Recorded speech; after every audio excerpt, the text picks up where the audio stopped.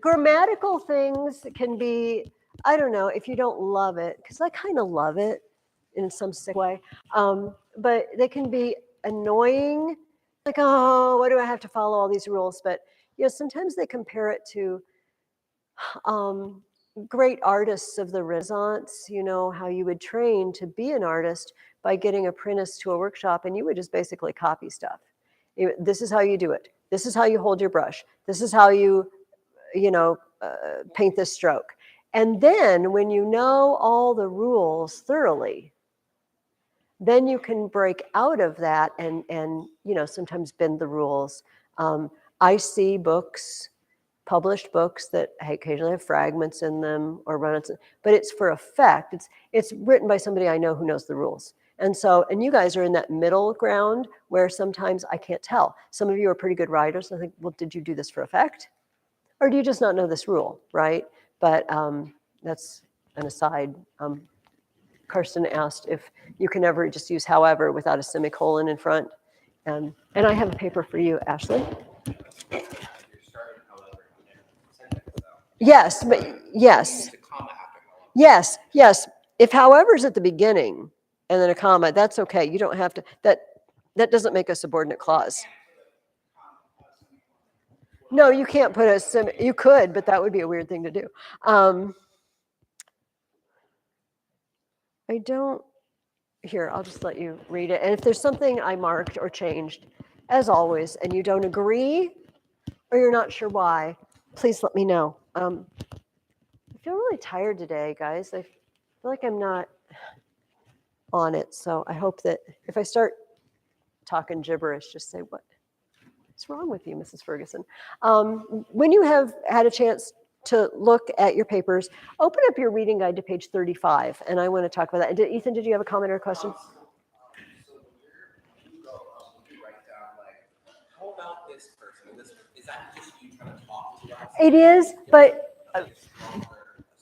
yes. So Ethan's question is that sometimes in your paper, especially in this one, I might have said, okay, this was a good example. If you did suicide, what about Lucretia?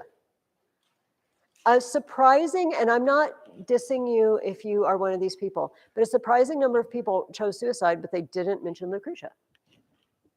Like the most, no, but it's the most famous, probably the most pivotal. I mean, Dido is definitely important, but as far as the fallout from that and honor with which she was held, so that is me having a conversation, but it's also me saying, if you were to rewrite this paper and revise, this would strengthen what you're already saying. Never mind, I'm not going to tell you that.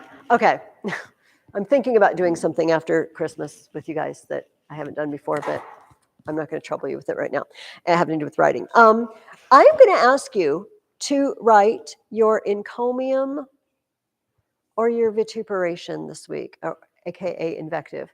And so I asked you last week, when you read Pompey and Crassus, to jot down observations about their background, about their upbringing, their general environment, and then deeds, which is obviously going to be the biggest part of it because we know a whole lot more about their deeds than we do about their parents, It's going to be the lion's share of it. I'm going to go over what that looks like with you today.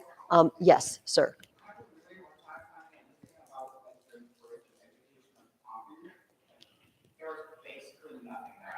We are going to find out how to get around that. There are ways to get around that. Now, I am about to read something with you that if you had me last year for the Greece class, you read this already. I use the same example because it's a good example. But everybody look on page 35 with me, okay? I told you this last week. I'm just going to read the top part, okay, the encomium, because the vituperation is just the opposite. Everything I say, you do the opposite. So it goes without, it's self-explanatory.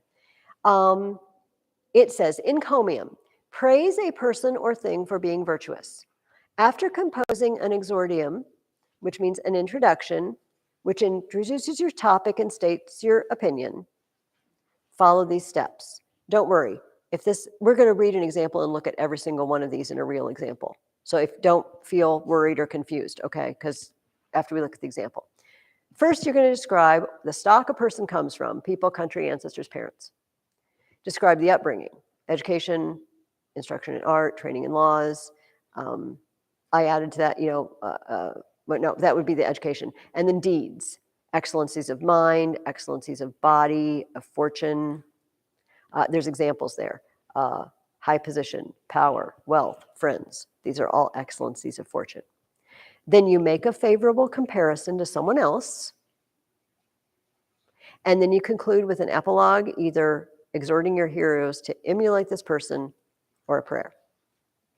Obviously, if I'm going to pick the opposite, then I point out how their family is bad and how their upbringing was bad and how their deeds are bad and how they're even worse than somebody else. So I just do the opposite. Now, we're going to flip back and forth from page to page. The next page has an example. This is the example that we had from last year. This is an encomium on a historian named Thucydides.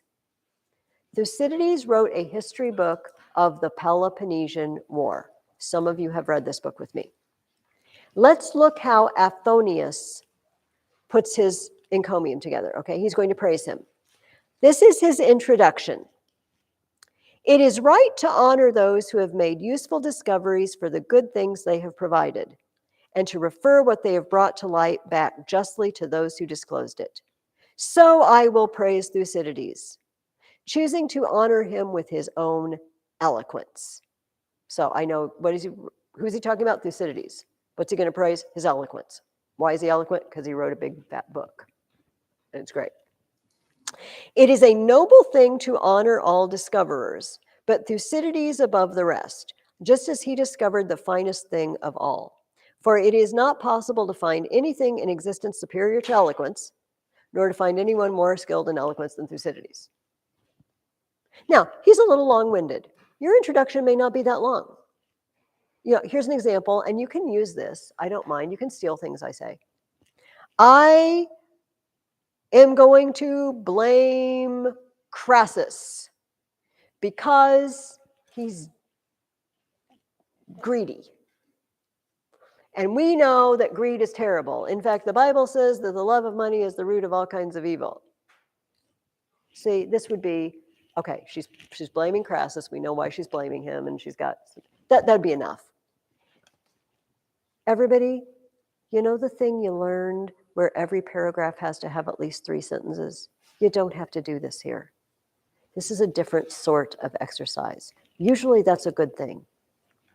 But in this case, if you can think of 2, here's the guy, I'm praising him, here's why, and because that thing I'm praising him for, it's awesome. Okay. Does that make sense to everybody? All right. So the next thing it says, you're going to describe where a person comes from.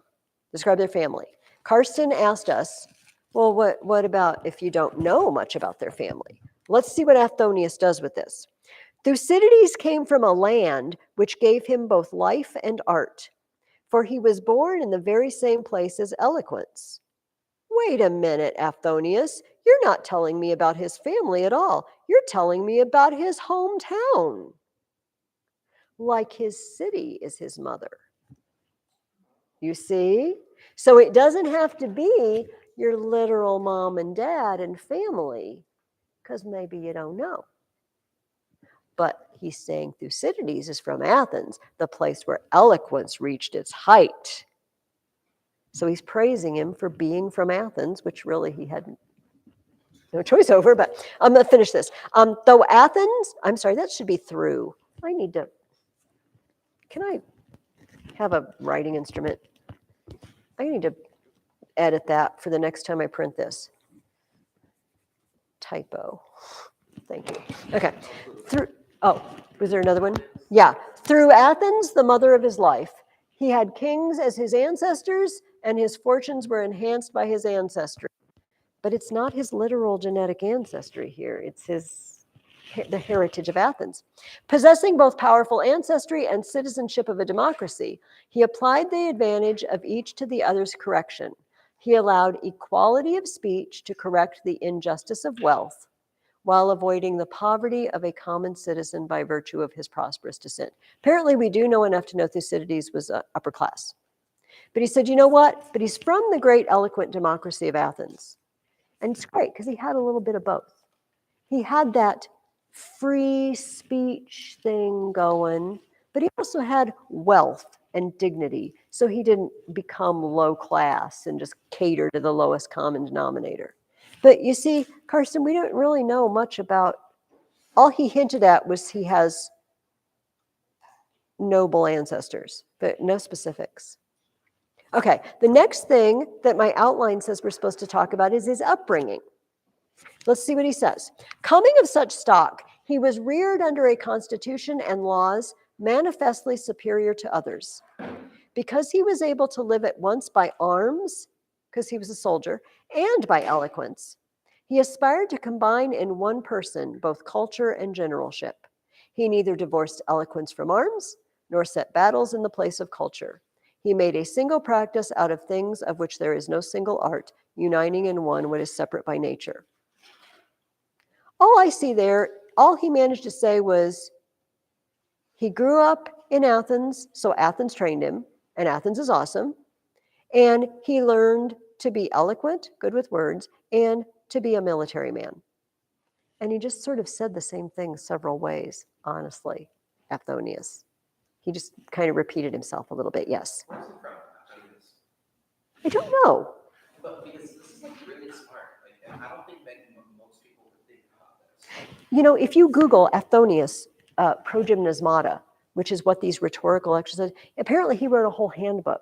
I just stole them off the internet because I was looking for good examples. And apparently he was a trainer in the progymnasmata and in writing, and he took these exercises. But they're all taken from Greek and I think they're all Greek. Is there any Roman? Because I can't place them. That's a good question.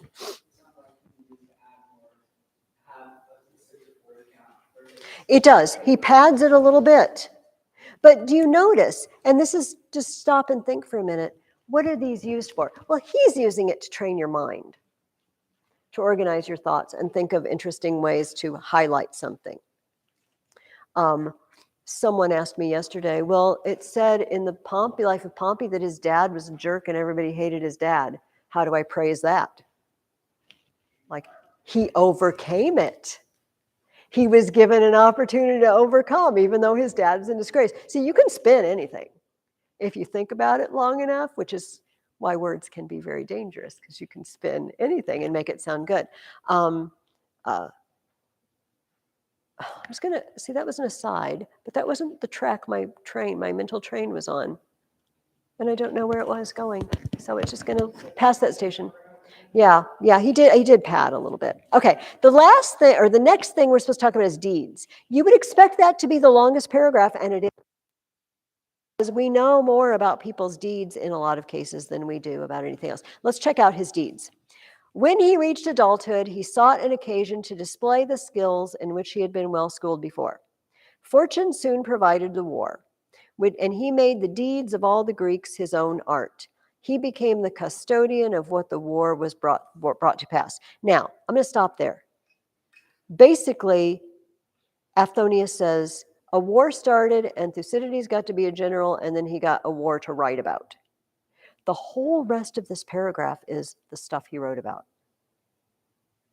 Because Thucydides is a tough one. He doesn't have a lot of deeds. Look at Crassus, look at Pompey, Marius, and Sulla. Especially if you want to not praise them. There are a lot of deeds, like specific deeds.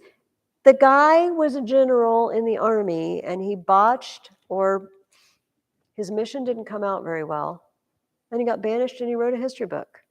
That's his deed. So the whole rest of it, all this stuff he's listing is stuff that you who read the book will remember. The capture of Plataea is known. The ravaging of Attica was published. The Athenians' voyage around the Peloponnese was made known. Now Pactus witnessed sea battles. Thucydides by his writings prevented these from going unnoticed. The taking of Lesbos is spoken of to this day. There was a battle against the Ambraciots, and time has not stolen away the event. The Spartans' lawless judgment is not unknown. Sphacteria and Pylos, the Athenians' greatest achievement, is not unnoticed. The Corcyraeans addressed to the Athenian assembly. The Corinthians replied to them. The charges laid by the Eginetans when they came to Sparta. Archidamus's moderation at the assembly. Sthenelaitus's incitement to war. Pericles, too, discounting a Spartan assembly and restraining the Athenians' power during the plague. These things are preserved for all time in Thucydides' writings. I mean, he just told you basically his book. And he wrote about this, and he wrote about this, and he wrote about this. But you see, if you're creative, you can do a lot with a little. And that's why they write these. It's like, can you use your imagination and take the little bit you know and riff on it? Oh, I remember where my train was going now. It came into the station. If you were going to write this and this were going to be a speech, imagine the place where you might give this speech. A funeral. Hopefully not the vituperation at the funeral. Maybe that's in bad taste. A public event. It's 4th of July and we're going to praise George Washington or whatever, Thomas Jefferson, that would be more appropriate. And so it's a ceremonial thing. You want to play up how wonderful this person is. And how do you do that? By using your imagination. How can I phrase that? Some of you remember 3 years ago, Hannah, Karsten, maybe you're the only ones. Do you remember the 150 ways to say, your letter pleased me greatly? Do you remember I made you do that? Oh, no, it wasn't Hannah. You were in junior high that year. Karsten's the only, Lauren's the older one. Do you remember? Remember the Erasmus exercise?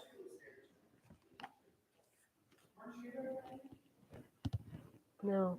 Oh, yeah, because I was the first student who did so good. Yeah. Anyway, so you can be creative and think of different ways to say things. But basically, the guy just said, he's general, and then he wrote a book, and then boom, here's all the stuff in his book. Yes.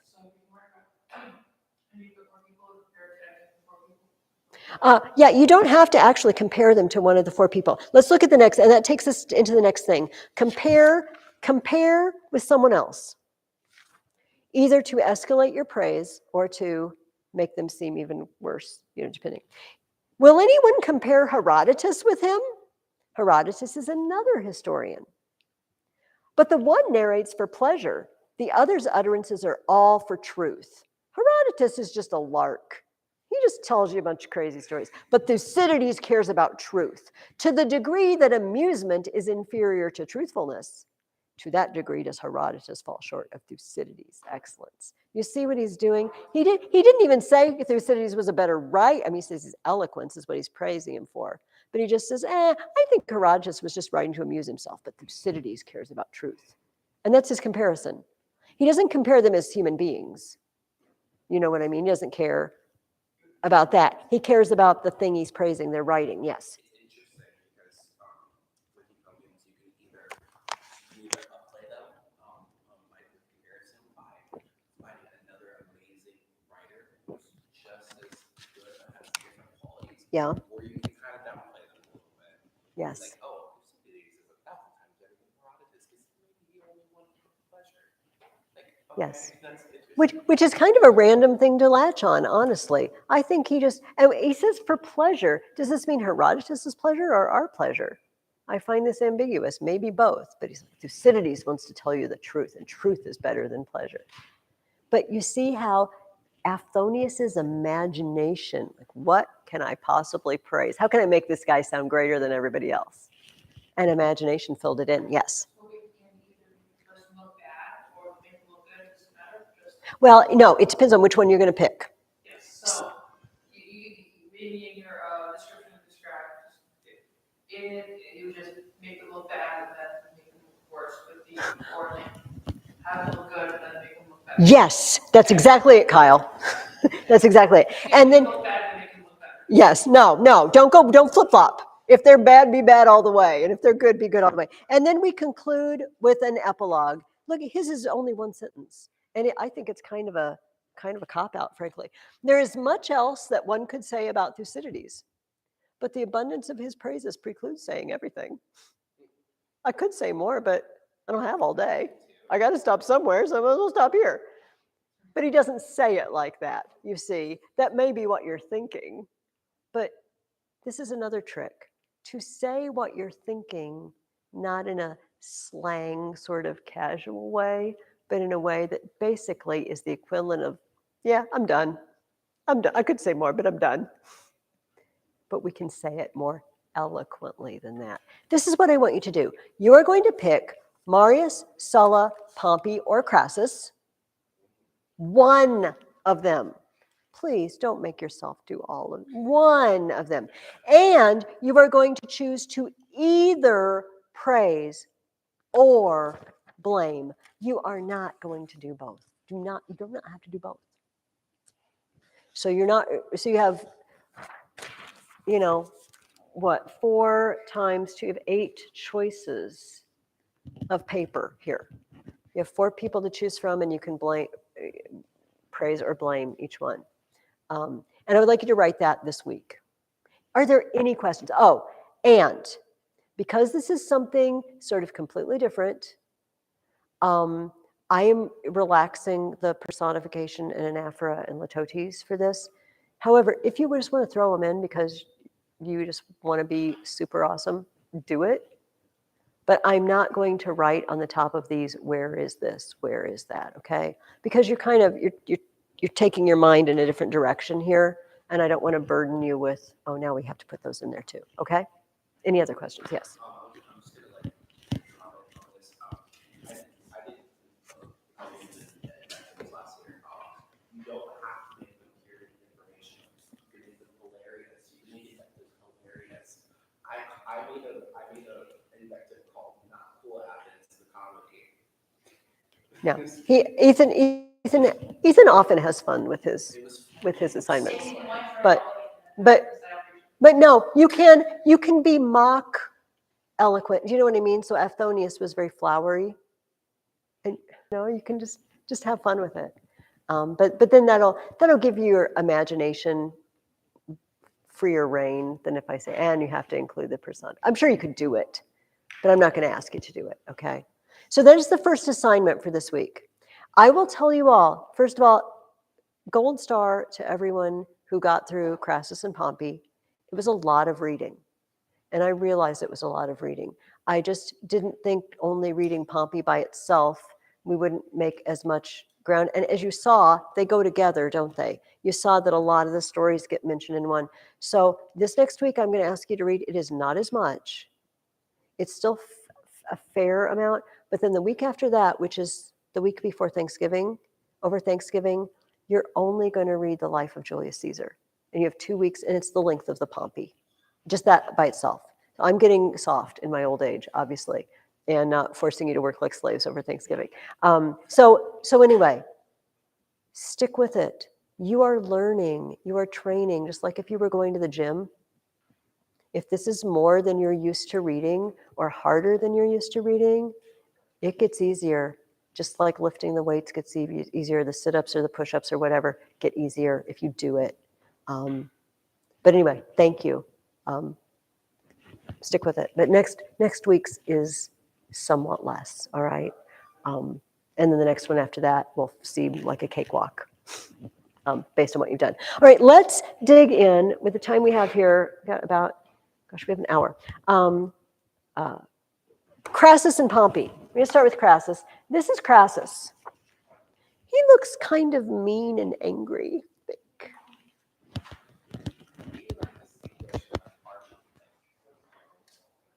He looks intense, I feel like. But so I don't forget, here's Pompey.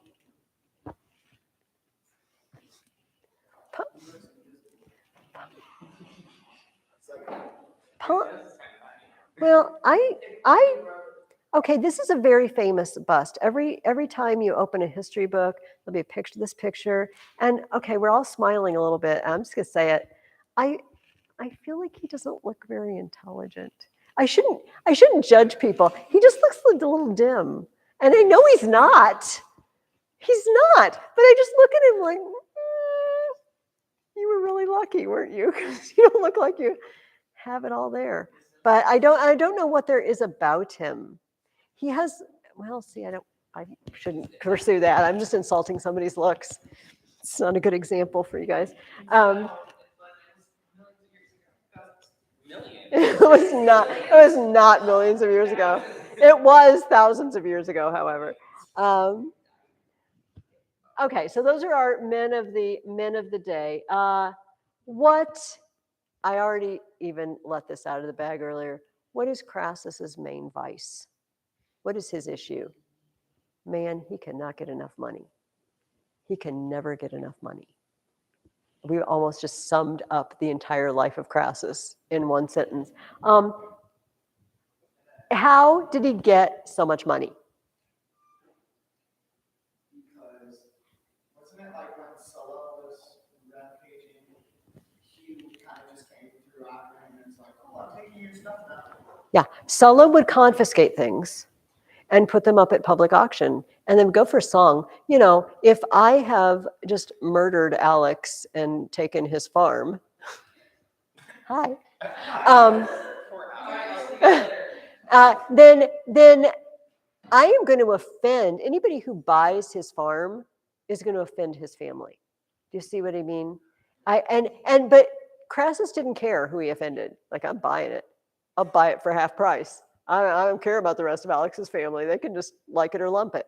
And so he did. He bought things. He I guess we would say he flipped property. And what else did he do though? Speaking of flipping, did anybody catch the other way he got stuff? It's really amazingly low.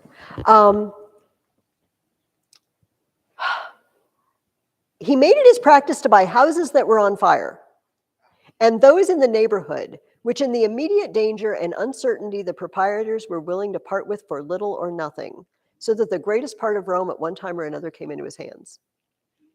I know, my house is 3 houses down from some house on fire, and the wind's going to blow and it's going to catch, and Crash is like, yeah, you want to sell your house? I'll give you a fourth of what it's worth. Like, yeah, if it burns down, I got nothing. Great. And then what if it doesn't burn down? And then if it does, he owns the lot now and he can just rebuild because he's got loads of money. He flips the property. Were you going to say something, Ashley? Oh, okay. Was it you? I'm hallucinating hands. I told you I was tired. Yeah, it says he started out. At first, he was not worth above 300 talents. When he left for the Parthian expedition, he had 7,100 talents. 70 from 300 to 7,100. A talent is a large amount of money. So he started out pretty wealthy, 300. But are you kidding me? And he did it by buying confiscated property and flipping houses. And but did he have anything good? This is the next question I asked you. Is there anything nice about this guy at all? I don't know. I think Plutarch says some pretty complimentary things about him. Oh, I'm sorry. Yes. It says he was eager to be hospitable. He lent money without interest. His entertainments were plain and citizen-like. He became one of the best speakers in Rome. He was diligent and careful, ready to help his fellow citizens. Courteous and unpretending salutations and greetings, well-read in history. He sounds like a pretty nice guy. Yes, Hannah. Oh, I'm on page 7026. Except for the green thing. Although it does say about lent money without interest. It says, but called it in precisely at the time. In other words, I've lent Alice money. She has 2 months to pay. And now I come knocking. I'm like at 9 a.m. Alice, where's my money? It's the day. She's like, can I have a couple more days? No, you must pay me today. Always called it in. And it says so that his kindness was often thought worse than the paying of the interest would have been. I'd rather he charged me interest and just was a little more chill about the repaying. He was very expected promptness. When Cinna and Marius took over, he ran away because he was in the other party. When he came back, he joined up with Sulla. But another guy also joined up with Sulla, Pompey. And why is Crassus so jealous of Pompey? What's the problem between these two guys? And Sulla wants everyone to know it too, doesn't he? Pompey is very young, which always, I don't know, often ticks off older people. If somebody, young upstart person, it says, though Pompey was the younger man and had the disadvantage to be descended of a father who was disesteemed by the citizens and hated as much as ever a man was, yet in these actions he shone out and was proved so great that Sulla always used when he come in to stand up and uncover his head, an honor which he seldom showed to older men and his own equals, and always saluted him imperator. Imperator means victorious, conquering general. You are hailed imperator when you have done some notable action on the battlefield. He's just basically a kid in the eyes of everyone else. But Sulla calls him imperator and stands up and takes his hat off whenever Pompey comes in the room. It says this fired and stung Crassus. He's jealous. So this is another downside. Pompey was given the nickname the Great.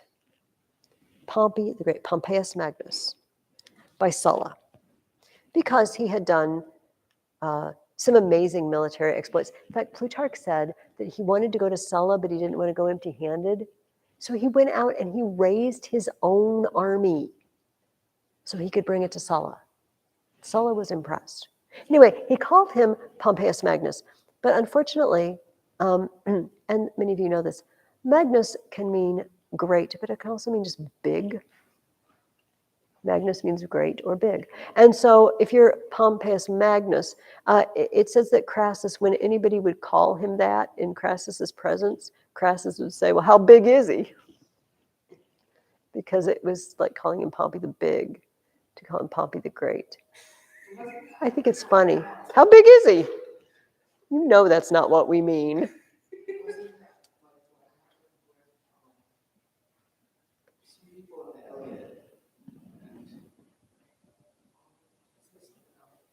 Oh, that was Henry V. Somebody's name. Oh, they called him Alexander the Big, except he was Welsh, and it came out Alexander the Pig. That's really good that you remember that from several years ago. I'm impressed. Okay, so Crassus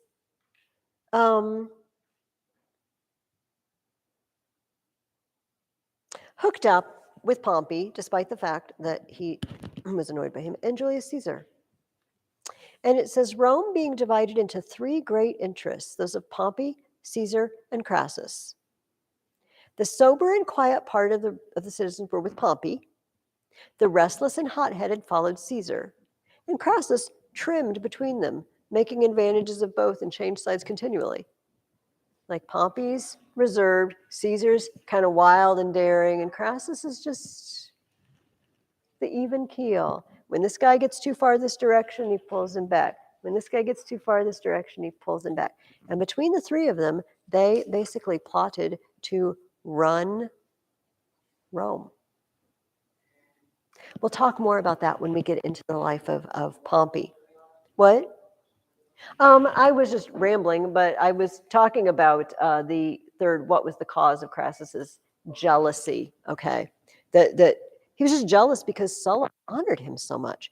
In the meantime, you probably have heard about this before you read this.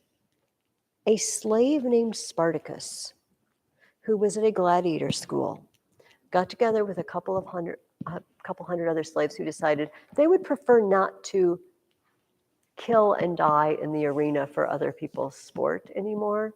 and they escaped. Plutarch says they got into some sort of cooking shop and stole knives. Then they took out a battalion of soldiers and grabbed their weapons and started rampaging through Italy.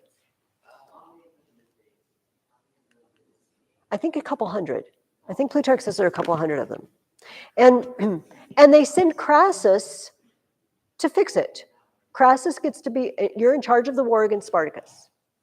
And it looks like, if I'm in my cozy couch in Rome, it's like, they're a bunch of slaves. How hard can it be? They're gladiators and they have weapons.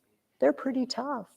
And I asked you what you thought caused the revolt to fail. Because I thought this was sort of another one of these, it reflects what's happening in Rome at the time.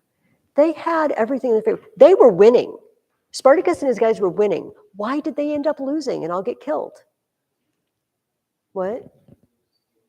They were not scared. In fact, Alex, it's the opposite problem. They were overconfident. Do you see? This is an interesting thing Alex brought up. Both things can lead to ruin, can't they? I'm too scared to do anything. It's the golden mean, right? Or I'm too overconfident. It says that they won. They had a few successes. They, grown confident in their numbers and puffed up with success, would give no obedience to Spartacus. Spartacus said, look, here's the deal. We need to just get out of Italy. If we can just get ourselves across the Alps, we can scatter. We can scatter into those Germanic tribes. They will never find us. We can just get out. But his guys didn't listen, and they said, oh, we can take them. Let's turn around and go back down Italy. No, don't do it. Yeah, well, it's terrible. I turned too many pages, just a second.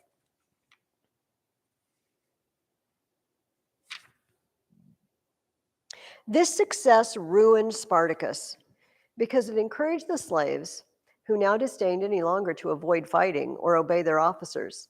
But as they were on the march, they came to them with their swords in their hands and compelled them to lead them back again through Lucania against the Romans, the very thing Crassus was eager for. What happens when you don't listen to those in command? It leads to ruin. What happens when you don't follow one plan of attack, one plan of trying to think of the word. Strategy, exactly, thank you. When everybody does something different. Gee, could it be like if you have 3 people in charge, Pompey, Caesar, and Crassus, who don't get along with each other and are advising different things? You see? Everything's all in confusion. So Crassus, Pompey is running for consul, and he invites Crassus to be his running mate. Notice what a running mate, that sounds American. That sounds like president, vice president. It wasn't a running mate situation. But listen to what I just told you. Pompey has decided to be consul, and he wants Crassus to be consul with him. What? I thought we elected that. Yeah, well, there's ways around that now in Rome. Remember? In Rome, everything can be bought. It's a republic. But this is why the book I had some of you buy that aren't doing the 2-volume is called The Fall of the Roman Republic. And then it's empire. And a guy steps up. And I feel like this says something good about Crassus. I feel like we're being a little hard on Crassus. A guy steps up and he says, Jupiter came to me in a dream, and he told me, you guys need to be friends. You shouldn't lay down your consulship until you're friends. And it says Pompey just stood there and didn't do anything. Crassus stuck out his hand first. Far be it from me not to obey the gods. No ill will, Pompey. It was a positive thing. No. He's getting over it, and it helps that he's one of the 3 rulers of the known world at the time. So Julius, let's actually, Julius Caesar, right? it is. This is, whenever it says Caesar, Julius Caesar. Julius Caesar, okay, I'm just going to throw this in. It helps me if I go through the order that he talks about it, because then I don't get confused. This is the time when Julius Caesar is fighting in Gaul, for those of you who know some Roman history. Julius Caesar spent 10 years fighting in the country that we now call France against Celtic tribes who were just crazy and attacking him all the time. No, they weren't actually French, because those are the Franks, and they're going to come late, 300, 400 years later. But he would come down across the Alps once, twice a year, and Pompey and Crassus would go meet with him, and they would just hole up in their little enclave and plan what they're going to do for the next year. They just plan everything. And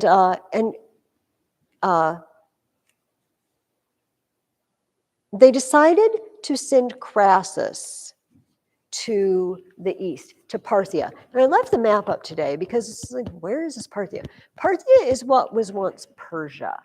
All right, these are the Parthians. And really, the Roman, well, look at this. See, it says Roman Empire. This is the height of the Roman Empire. Do you notice it doesn't go very far this direction, the mustardy yellow?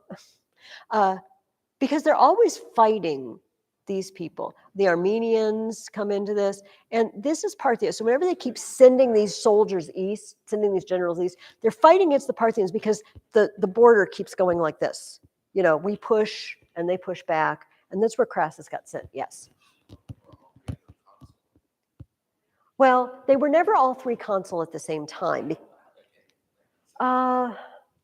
This went on for 5 years anyway, I think. This is me guesstimating. Okay, so don't take that. This is not something I know. Why did Crassus get so happy that they were sending him there? Plutarch tells us. Did you notice? Okay, that too. But what did you say? Okay, prove his worth, get more money, and Plutarch even tells us that he thought, being strangely puffed up and his head heated, he proposed to himself in his hopes to pass as far as Bactria and India and the utmost ocean. He thinks he's just going to plow through them, and I'm going to go all the way to India like Alexander the Great. I don't know. It seems a little delusional. Well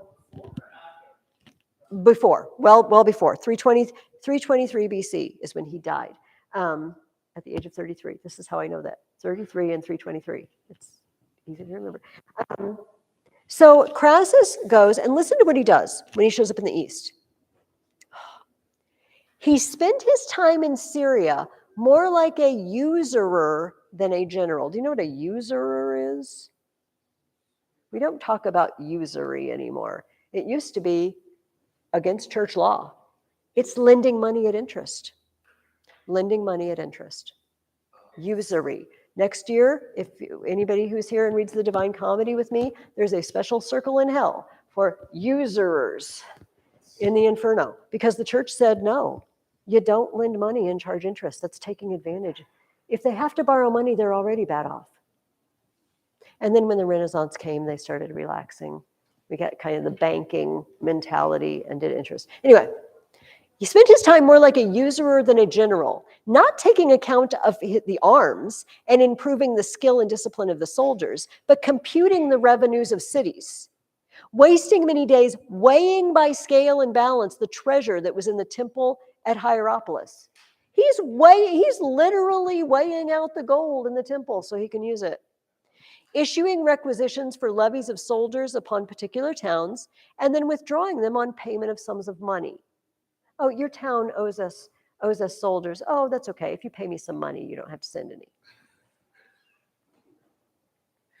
But you need soldiers if you're going to fight a war. You're going to throw money at them. It's not going to really work in a war, is it? I want to spend most of our time today with Pompey, so I am going to plow through his time in the East. Long story short, he doesn't ever come home. And since some of you chose to write on gods and omens, I just thought this part was very interesting. As he approached the river, he encountered preternaturally violent thunder. A hurricane broke upon the bridge and carried part of it away.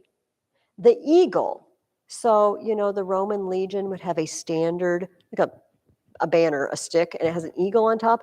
The eagle of itself turned its head backwards. That's creepy. The first thing they gave the soldiers was lentils and salt, which the Romans have as a food proper to funerals. They gave them funeral food. And then Crassus said, I am going to break down the bridge that none of you may return. And he meant so nobody can retreat. Like, you've got to fight for all your worth because the bridge is in. But it's not really a good idea to tell your soldiers, I'm going to make sure none of you ever gets home. This is not after you fed them the funeral food. And the eagle is turning its head and saying, let's go back. It's not good. He gets lured out into the plains. He was in the mountains, which is where you want to be if your enemy has a lot of horses, because horses don't gallop very fast in the mountains, But the guy just pretends to be, oh, come on down, Crassus. Come on down in the plain and you can fight. No, then they can surround you, which is what they did. They killed his son and cut off his head, which they do. We made a lot of heads. And it says they stuck his head on a spear and held it up and rode up towards the Roman camp close enough so that they could recognize it and said, they asked scoffingly, where were his parents? What family he was of? For it was impossible that so brave and gallant a warrior should be the son of so pitiful a coward as Crassus. What tribe is this? These are the Parthians. Oh, These are the Parthians. That's surprising. Because most of the crazy Celtic Germanic tribes are less. Yes. No, these guys were, That's disrespectful. it was terrible. And so this takes me to the last question I asked you about Crassus. What seems to be the reason that Crassus lost? And why was he beaten by the Parthians? What do you think? First, I mean, this is before he even went to Parthia. His main goal was to just plow through and make a bunch of money. He was kind of just hot-headed over here, wanting to weigh his gold. He doesn't seem like much of a military man, does he? Yeah, he's more thinking about, he doesn't have enough strategy and military influence. He has more of a mindset of just Yeah.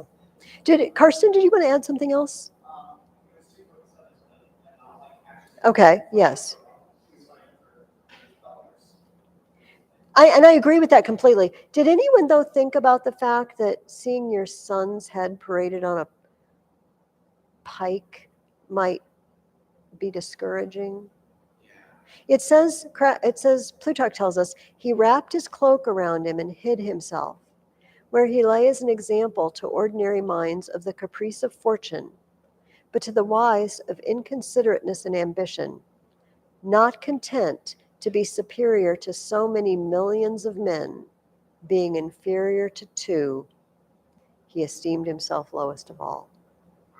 Crassus was more powerful than everyone else, at least in this area, except for two guys.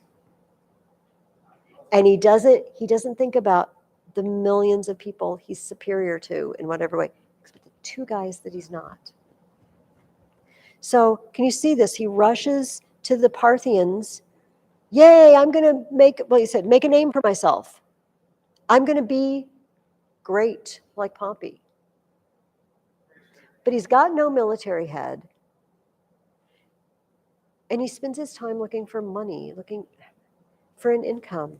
And it ends poorly. He ends up dead. And there are two stories of his end.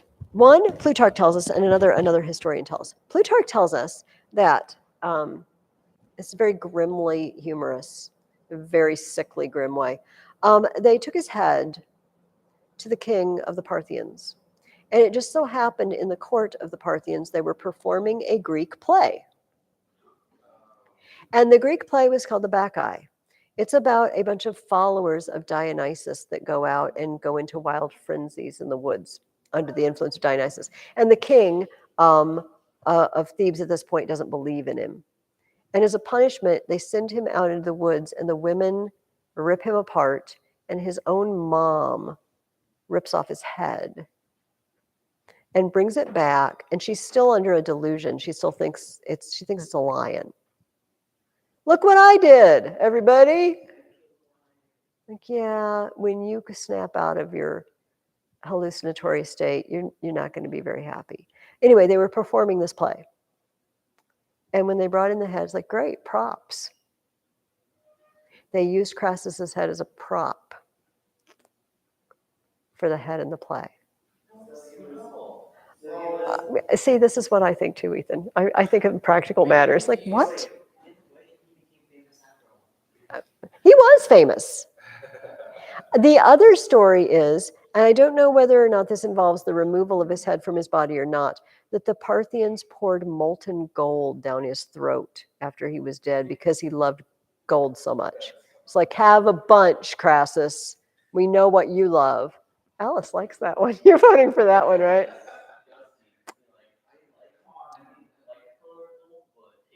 No. So ended Crassus. And I am zipping ahead to Pompey when I say this, but we're going to repeat ourselves because these stories overlap. Remember what Plutarch told us. We have sort of the sober, conservative crowd with Pompey and the rash, bold people with Julius Caesar. And Crassus was the balance. Now Crassus is gone. Do you see? There's no balance. 3. Okay, look at my tripod. 3. Do you guys watch Schoolhouse Rock? Yes. Do you know the song 3 is a magic number? Okay. So 3, the Bible says, a cord of 3 strands is not easily broken. When 3 stand together, you see, there's a balance. But when you have 2, there's always a danger that the 2 are going to turn. 2 legs aren't going to hold that tripod up. Well, it wouldn't be a tripod anymore, it'd be a bipod. And so this is what happened to Rome. This is when the lid blows off of everything. Crassus is gone, and Pompey and Caesar start looking at each other. Like, I don't trust you. And probably for good reason in both cases. So with that, let's look at the life of Pompey. The very long life of Pompey. I know. I mean, long in words, not as long in years, actually. It was a long one. And I think this, most of Plutarch's lives are not this long. Julius Caesar is. And I think that it tells you how important Plutarch found these men's lives, because they were not just interesting in and of themselves, but they were pivotal for the history of the world. What they did changed world history, and so I thought they deserved more. Yes, Ethan. Yes, I apologize for that. So, does anybody have the book, The Fall of the Roman Republic? Okay. Does it have paragraph numbers in it? Does it have numbers in front of some of them?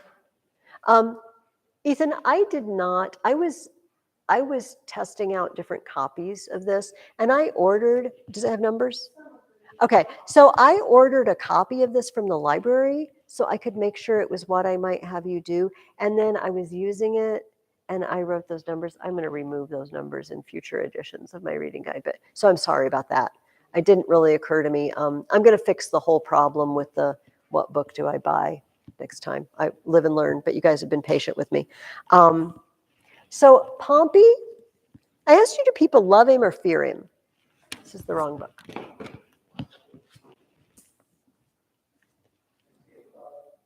They did love him. Did they ever fear him?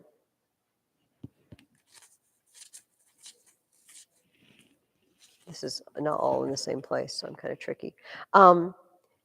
If you skip up to page 86, if your book looks like mine, it's volume 2, it says the top of page 86, when he's marching back from one of his commands, nevertheless, all this high respect for him and this desire to see him come home were not unmixed with apprehensions and suspicions that he might perhaps not disband his army, but take his way by force of arms and a supreme command to the seat of Sulla.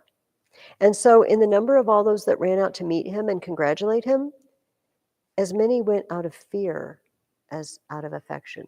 The last time a guy took an army and he marched on Rome was Sulla. And Sulla showed up and he herded 6,000 people into the circus and had them butchered. And then he started posting lists of everybody I'm going to kill. It was not good. And everybody, even a likable guy, don't know what he's going to do with that army. So yeah, they loved him. It says this is on page 70 now at the very beginning. There were many that helped make him, many attributes that helped make him the object of their love. His temperance, his skill and exercise in war, his eloquence of speech, integrity of mind, affability in conversation and address, insomuch that no man ever asked a favor with less offense or conferred one with better grace. Pompey joined Sulla's party. We can skip over that because we already talked about that Sulla is the guy who gave him the nickname the Great. So, yes. And actually, there's a story. Let me find it. Okay. Pompey, they sent Pompey to, the first one was Spain, I think. And he came back victorious. Maybe it was Africa. I can't remember. He went to Africa and Spain and then the East. Pompey now desired the honor of a triumph. You know, when you're a successful general, you get to have a big parade. It's a big party. You lead captives in chains and you pile wagons with all the spoils you've taken, and it's a big deal. He desired the honor of a triumph, but you have to ask it from the Senate. You don't just get to say, I'm having a triumph. They have to award you one. Sulla opposed it, alleging that the law allowed that honor to none but consuls and praetors. Pompey, you're just a kid. You've never been elected officially to office yet. We can't give you a triumph. It says Pompey, however, was not daunted, but bade Sulla recollect that more worshipped the rising than the setting sun. What does he mean? What is he insinuating?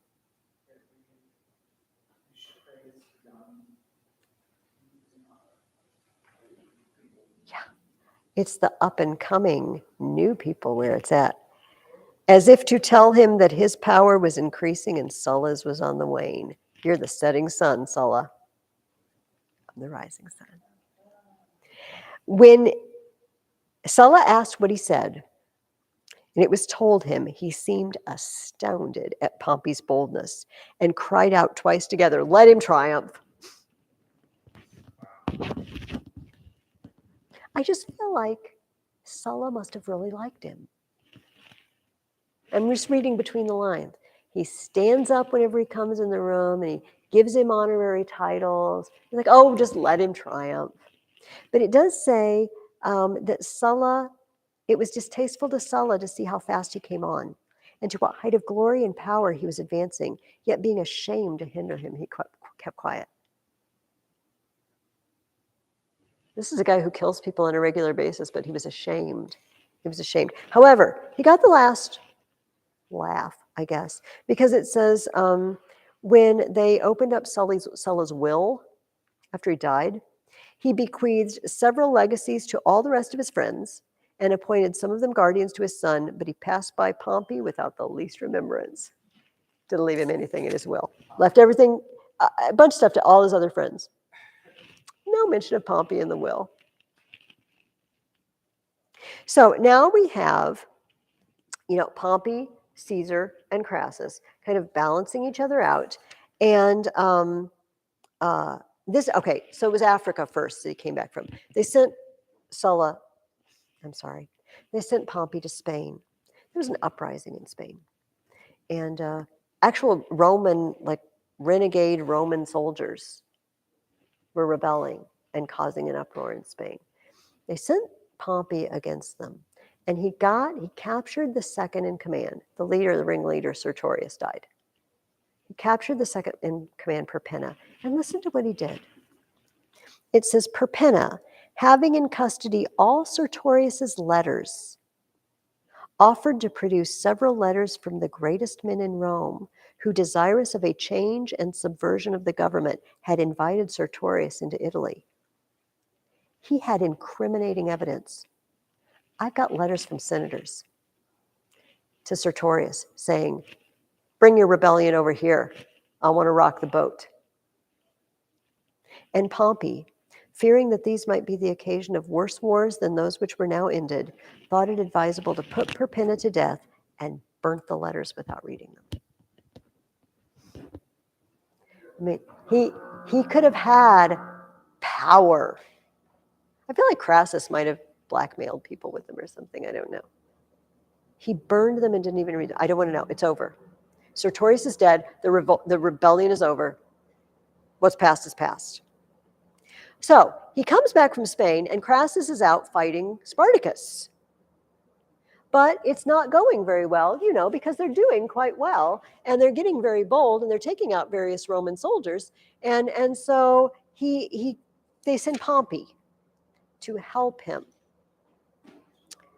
Yeah, it said basically 5,000 of the slaves. I said it was 200 earlier. Must have been a lot more than 200. 5,000 of those that had escaped out of the battle fell into his hands. And when he had totally cut them off, he wrote to the Senate that Crassus had overthrown the slaves in battle, but he had plucked the whole war up by the roots. Yeah, Crassus, he's a good guy. He did the best he could, but I ended the war. Remember Sulla and Marius? Jugurtha did surrender to me, says Sulla. I actually ended the war. Pompey did the same thing. Well, yes. I don't even know. I was going to say, well, look at it this way. But yes, I'm going to agree with you on that.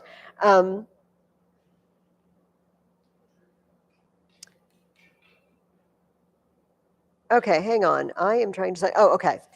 The next thing. There are pirates. They do not have peg legs or eye patches, as far as I know. But they are rampaging through the entire Mediterranean. And the problem for Rome is Rome has a lot of people and not enough food. And so Egypt is their main food import. Egypt and the Black Sea. And they have it shipped. But pirates are stealing it. Pirates just take over their boats and steal their food, and people are getting nervous. Because if enough food doesn't go through, some of us are going to starve. Not to mention that if I make my living by shipping goods and selling them abroad and importing, they're stealing all my stuff. So if I'm a middle-class merchant sort, I'm also toast. So they said, Pompey, do something about the pirates. But I asked you, this is the next question I asked you. Oh, no, actually, let me talk about his powers, and then I'll ask you the question. Listen to what they said Pompey could have.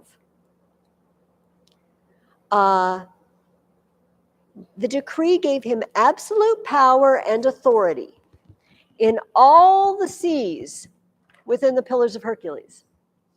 Absolute authority, and in the adjacent mainland for a space of 400 furlongs from the sea.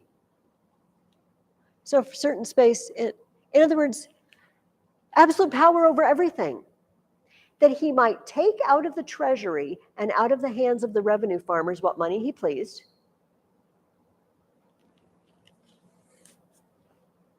Some of the senators looked at that and said, that's a lot of power. they said even one poor senator was just making motions to indicate not one guy. We shouldn't just have one. And they shouted him down. Oh, I got to tell that story. And they shouted him down. Upon this, it is said, the multitude, being extremely incensed, they want Pompey to have all the power. Being extremely incensed, made a loud outcry that a crow flying over the marketplace at that instant was struck and dropped down among the crowd. Apparently, Plutarch thinks that if you scream loud enough, you can just knock birds out of the sky. I think we should go try it. It's a scientific experiment. I'll need to go out in the parking lot and scream. No. Okay, do not do that. Just realize I'm giving you very bad advice. It makes me very curious. Plutarch treats it as it's a legitimate thing. The sound, the percussion from the sound waves knocked a bird out of the air. Anyway, that's how strongly people felt about, no, give it all to Pompey. And how do you treat the pirates? This was my next question. What do you do? It says he showed himself merciful to some of these pirates that were yet roving in bodies. It says he continued to pardon all that came in, because by them he thought he might make discovery of those who had fled. You know, you guys surrendered, but they're still in hiding in their little pirate cove back there. And so, but you know about it. Maybe if I'm nice to you, you'll turn them in. And Plutarch says he also said, man is not by nature wild. He is civilized and grows gentle by a change of place, occupation, and manner of life.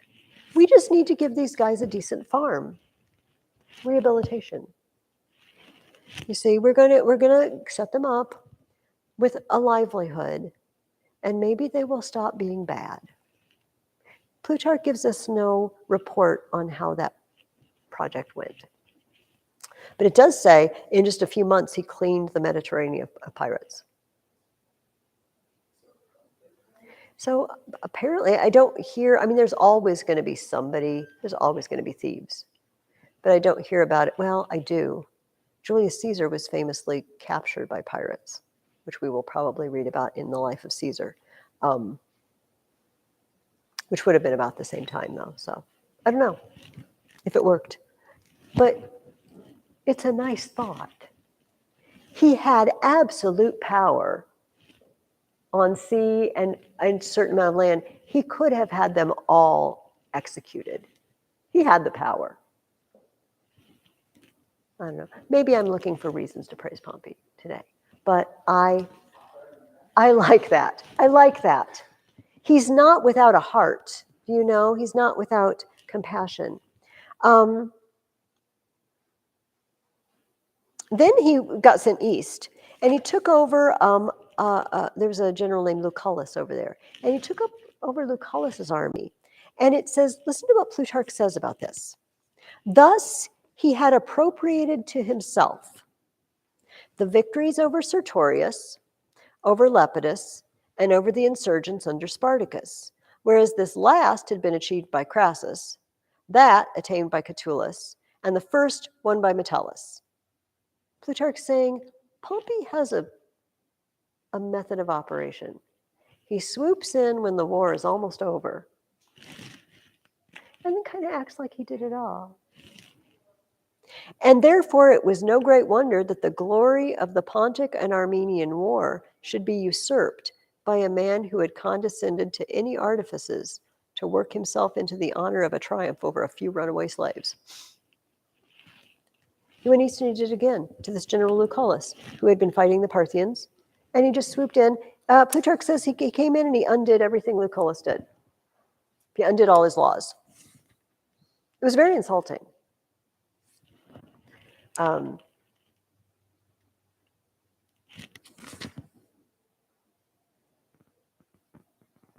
need to skip some of this just for our time. I want to throw this in. So when Pompey was in the east, he's fighting, I told you they're fighting Armenia, they're fighting the Parthians, and he swings around, and he just decides to sweep down the coast, too.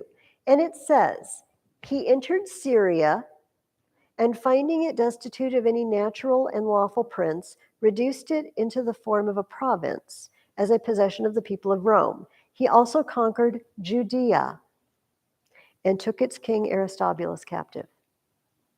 This is when Israel, Judea becomes a Roman province, Pompey. And as a matter of fact, we read, maybe you're familiar, Josephus is a Jew who wrote a history of the Jews and then also a history of when the Romans attacked the temple, attacked Jerusalem and took it in 70 AD. And he says this, Aristobulus was the high priest, but he had kind of set himself up to be king as well. And they holed up in the temple. It said inside the temple, cut the bridge adjoining it to the city and prepared for a siege. The temple was surrounded by a deep ravine on all sides except the north. So Pompey was prepared to storm it from there. Filling in the trench with earthworks, he set up the siege engines brought from Tyre and started battering the temple with catapults. It might never have been taken had the Romans not known that on the Sabbath the Jews abstained from all work and would not fight except in self-defense. Therefore, Pompey ordered his soldiers not to attack on those days, but instead to fill up the ravine and move the engines closer to the walls. At last, the largest tower was battered down, leaving a breach through which the Romans poured in. Terrible carnage followed, as some 12,000 Jews fell. Some were killed by the Romans, others by fellow Jews, and still others threw themselves down from the precipices. During all this slaughter, the priests were busy with the sacrifices, continued to perform their sacred ceremonies. Sin was committed against the sanctuary when Pompey and some of his men entered it, for no one was allowed inside except the high priest. Although the golden table, lampstand, and vessels and sacred treasury of 2,000 talents were all there, Pompey did not touch any of these out of piety. He commanded the priests to purify the temple and perform their usual sacrifices, and he restored the high priesthood to Hyrcanus. He actually went into the Holy of Holies, it sounds like. God did not strike him dead, but he didn't take anything. He didn't take any of the stuff. Yes. Honestly, I would say him going to the Holy of Holies but not taking anything is God having mercy on him. Yes. Because one, you're not really supposed to be in the Holy of Holies. No, you're not. But respect it, was sort of respectful about it. Yes. Around the high priest. If they die, you can't go in to get him. If the bells stop tingling, the God is in there. God's presence. Yes, it's a pretty amazing story. Okay, I'm looking at the time. Let's move on. Pompey came back from the east, victorious again, and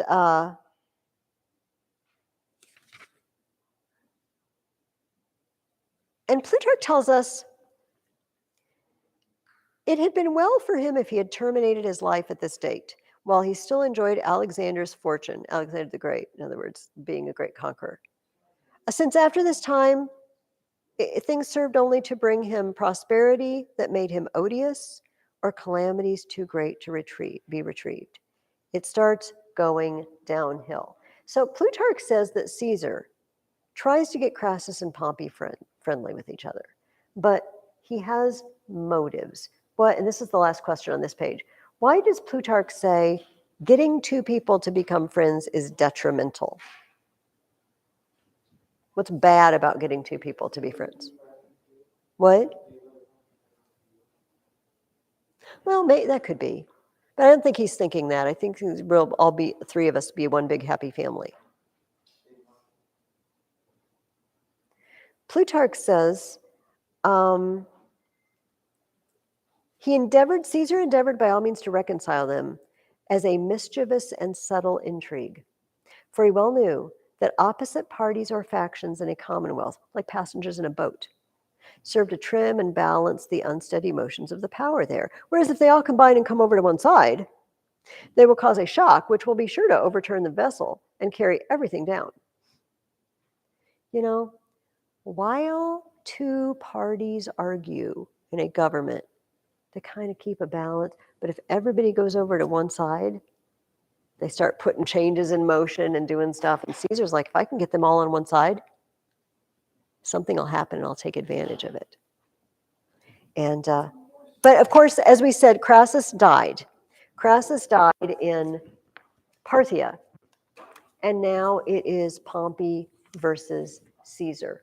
Julius Caesar goes, campaigns for 10 years, like I said, in Gaul. He would come down and have his meetings with Pompey and Crassus, later with Pompey. And this is the next question I asked you. What does Plutarch suggest is his motive? Caesar he goes for 5 years and he says, give me another 5 years. I want another 5 years in Gaul. What's he doing while he's in Gaul? He's campaigning, but what's the sort of fruits of that? He gains something from it. Popularity with who, do you think, Alex? With a specific group of people. His soldiers. His soldiers. It says, he did his most to discipline and train it to make it invincible and alarming. In the meantime, his gold and silver and other spoils and treasure he sent to Rome as presents, tempting people with gifts. I snatch stuff and use it for bribes, plus I'm training my own personal army. It's very smart. Somebody asked me yesterday, was this his plan all along? I don't know. But I already told you one of the reasons peace broke down between Pompey and Caesar. Crassus died. The other thing, Plutarch tells us that Pompey married Julius Caesar's daughter, Julia. And she died having a baby. She died in childbirth. And so there was no longer any family ties. I think the baby died too. And so Caesar, and I'm going to, because of time, I'm going to see if there's anything. Okay, there's one thing I know I want to read, but the rest of it I'm going to paraphrase.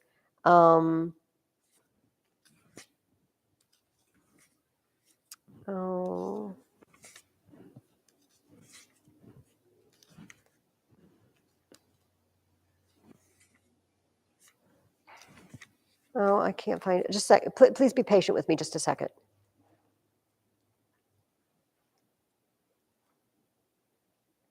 Oh, I know what to look for. I remember. It's on this page too. Okay, there it is. Okay. Caesar, and I'm going to go do this really fast because we're going to read it again in the life of Caesar. Caesar's up here in Gaul, and you probably know the story. Pompey's got an army in Rome, supposedly to take east, but he isn't going east. He even had loaned Julius Caesar 2 legions, and he said, I want my legions back so I can take them east. And he asked for the legions back, and he got them back, but he didn't go east. He just took them. And Julius Caesar's thinking, this isn't good. So they had a big meeting in the Senate. Well, what are we going to do? Got 2 guys with armies. Not good. I think Julius Caesar should lay down his army and march back. Someone else says, well, I don't like that. That's not fair. Then Pompey has to lay down his army. Pompey doesn't want to lay down his army. And they take a vote. Well, I think Julius Caesar has to lay down his army. And Julius Caesar's thinking, I've got enemies in Rome. I paid a lot of bribes, but I have enemies. I come in with no power, no official power, because I've disbanded my army. What are they going to do to me? So he makes a big decision that we'll talk about when we talk about his life. And he says, I'm going for it. And he marches his army into Rome. Pompey hightails it. I'm out of here. And he takes the Senate with him. And they just vacate Rome. They vacate Rome and they go over to Greece. They go over, they cut down to here, cut across, and end up in northern Greece. Caesar follows him. Caesar goes to Spain first and takes out some of his Pompey's supporters, comes to Greece, and Pompey got really bad military advice, Plutarch tells us. Pompey had an enormous fleet. Why did you not use your fleet, Pompey? Why did you not fight him on sea? No. All his buddies are saying, you can take him, you can do it. We fought him once, we had this little skirmish, and he ran. We got it. In fact, it says they're wandering out the camp the night before. They're discussing who's going to get what offices in Rome when they go back. They're divvying up power in Rome for when they get rid of Julius Caesar and all go back. They fight the next day at Pharsalus. It's bad. Pompey runs alone. They say he goes into the camp and he just like puts his robe over his toga over his head. And then they start invading. Caesar's soldiers come in the camp and he says, "What? In the camp too?" And he just sneaks out incognito, gets in a little boat, finds help, and they start sailing, pick up his wife, who he's put in safekeeping, and like, well, where should we go? Oh, Egypt. Egypt, they like us in Egypt. Don't go to Egypt, Pompey. Bad choice. So he pulls up to the shore. You know, it's just like a couple of boats. It's not a fleet. If he had bought himself some time, all he had to do was stop and think, take a deep breath, and say, okay, I need to send messengers out and have all my fleet come meet me here. Like, no, I need asylum right now. Let's go to Egypt. So the Pharaoh of Egypt is a little boy. He didn't know anything. And so the three guys who were running Egypt at the time, like freemen, former slaves, and they look like, it looks like Pompey. Yeah, well, what should we do? Well, if we welcome him and Julius Caesar wins, he's going to be mad at us. If we tell him to go away and he wins, he's going to be mad at us later. We kill him. We can just kill him, and then he'll be dead, and he can't do anything. And then Julius Caesar will thank us. And that's plan B. Plan C is the plan. And they lured him into a boat, and they knew they had bad vibes. Bad vibes. Something. They're not acting normal. I mean, I'm one of the three, well, now two, rulers of the entire Roman world, and they're not acting normal. And they get him to shore, and his wife's out in the boat, and she just watches them butcher him right on the shore and cut off his head and just leave his body. And Plutarch says, this is just, this is stupid. It makes me really sad because maybe I have a good history imagination or something. I just come in. Some old man who once fought under Pompey comes along the shore and finds his body and just gathers a few sticks and builds him a funeral pyre and gives him last rites. The Pompey the Great. That was it. And now Julius Caesar's number one. But before we read about Julius Caesar being number one, I want you to read about another very famous Roman at the same time that all this is happening. You're going to read the life of Cicero. Cicero is, everything else we're reading is in volume 2. And it's on my bad, if you ended up not with volume 2 through my ambiguity of instructions, please email me and I will send you links. You can read these online. It's not ideal, but you can read them online. But they're all the Julius Caesar and Cicero are both in volume 2. So you're going to read Cicero, and you're also going to go back to the book by Sallust. Do you remember our Jugurthine War book? There's another thing in there called The War with Catiline, or it might be called the Catilinarian Conspiracy. It's got the word Catiline or a word that looks like Catiline somewhere in the title. It does sound like. Catiline tried to get together a conspiracy to overthrow the government of Rome. No. Life of Cicero and the War with Catiline. Life of Cicero, War with Catiline. Okay? And Cicero was the consul at the time, and he uncovered the plot. And he was probably, a lot of people would say he was probably the greatest speaker and writer who maybe ever lived. Cicero is famed for his eloquence. In fact, when they started kind of rediscovering Greek and Roman literature in the Renaissance, Cicero was their idol. They wanted to write Latin like Cicero. But Cicero had an annoying trait, and it was that he saved Rome from Catiline, and then he never let anybody forget that he did it. We know tons about Cicero because Cicero had a brother, and he had a best friend who lived in Greece, and he wrote letters to them all the time, and we have the letters. We know the things Cicero said that he didn't expect to be for public consumption, except that actually, as he got older, he had his friends start compiling the letters for publication because he knew Humility was not one of Cicero's strong points.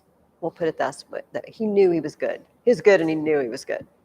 But it's always annoying when somebody does something and then something good and they won't let anyone forget. Don't you remember I uncovered Catiline's? Yes, we know, Cicero, let it go. So read those two. Yes, Kyle? So, did you do this inclusion what we write about? No. Marius, Sulla, Pompey, Crassus. We are actually going to write a comparison, which is another one of these, and then you're going to get to compare any two of these guys that we're writing about, okay?